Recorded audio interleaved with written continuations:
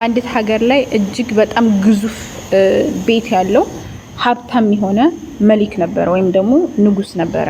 ያ ንጉስ በጣም ተንቀባራሪ ነው። በጣም ማን ያለብኝ የሚል ሰው ነው። እና ይቺ አጁዝ ደግሞ ካጠገቡ ቤት አላት። ትንሽዬ ቤት ናት። የምትኖርባት፣ የምትሸሸግባት፣ የምታለቅስባት ለምናም ሆነ ሰርታ መእታ ከዛ የምትደበቅባት ቤት ናት ያቺ ቤት።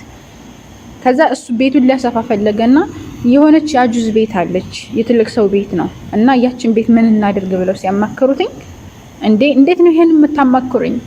ሂዱና ቤቱን ፍርስርስ አድርጎት እሷም ውስጡ ካለች ግደሏት ከፈለጋችሁ አላቸው ማለት ነው። ከዛ በሰዓቱ እሷ አልነበረችም ነበረ። ቤቱን ፍርስርስ አደረጉት፣ ያችን የአጁዟን ቤት ማለት ነው ፍርስርስ አደረጉት። ከዛ እሷ ስትመለስ ቤቷ እንዳለ ፍርስርስ ብሏል። በጣም አለቀሰች። ማን ያፈረሰው ቤቴን ብላ ጎረቤቶቿን ስትጠይቅ መሊኩን ያፈረሰው አላት፣ ወይም ንጉሱን ያፈረሰው አላት።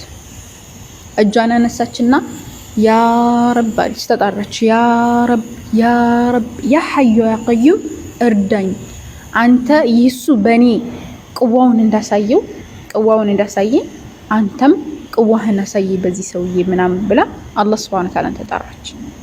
ከዛ በኋላ በነገታው እንዳለ ዝናብ ያዘንብና ያን ቤት የሆነ መብረቅን ይጥልና አላህ Subhanahu Wa Ta'ala ያፈርሰዋል ማለት ነው። ያንን ቤት እንዳለ ያለው ነገር እምሽክሽክ ካለ ፈረሰ። ሰውየውም ሞተ። እንደዚሁም ደግሞ ከሱ የነበሩትኝ አብሮት የነበረው እንዳለ ነገሩ ሁሉ እምሽክሽክ ብሎ ጠፋ ማለት ነውና አላህ Subhanahu Wa Ta'ala ወላ ተحسبن الله غافلا عما يعمل الظالمون ይላል። አላህ Subhanahu Wa Ta'ala በደለኞች ከሚሰሩት ግፍ ዘንጊ አድርገህ ታስባለህን ይላል አምላካችን አላህ Subhanahu Wa Ta'ala። انما يؤخرهم ليوم تشخص فيه الابصار እያለ አምላካችን አላህ Subhanahu Wa Ta'ala ይናገራል። ገጽ ነው። ያ ዒባዲ ባሮቼ ሆይ ይላል አምላካችን አላህ ኢኒ ሐረምቱ الظلم على نفسي እኔ ዙልምን በኔ ላይ ሐራም አድርጌያለሁ፣ ማንንም አልበድልም። ወጀዐልቱሁ በይነኩም በእናንተ መካከል ደግሞ ሐራም አድርጌዋለሁ፣ ሙሐረመን ሐራም አድርጌዋለሁና በመካከላችሁ ፈላ ተዛለሙ እንዳትበዳደሉ ብሎ አምላካችን አላህ Subhanahu Wa Ta'ala ተናግሯል። እና ትልቅ ሰው ሆነው የደከሙ ስለሆኑ ማንም የላቸውም ብለን የምንበድላቸውን ሰዎች አላህ Subhanahu Wa Ta'ala አላቸው። ግልጽ ነው።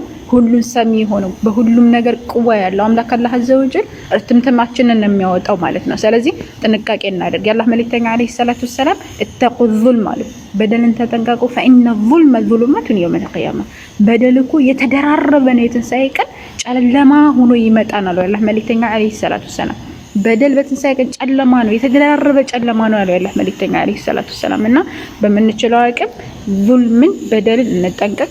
الله يحفظكم والسلام عليكم.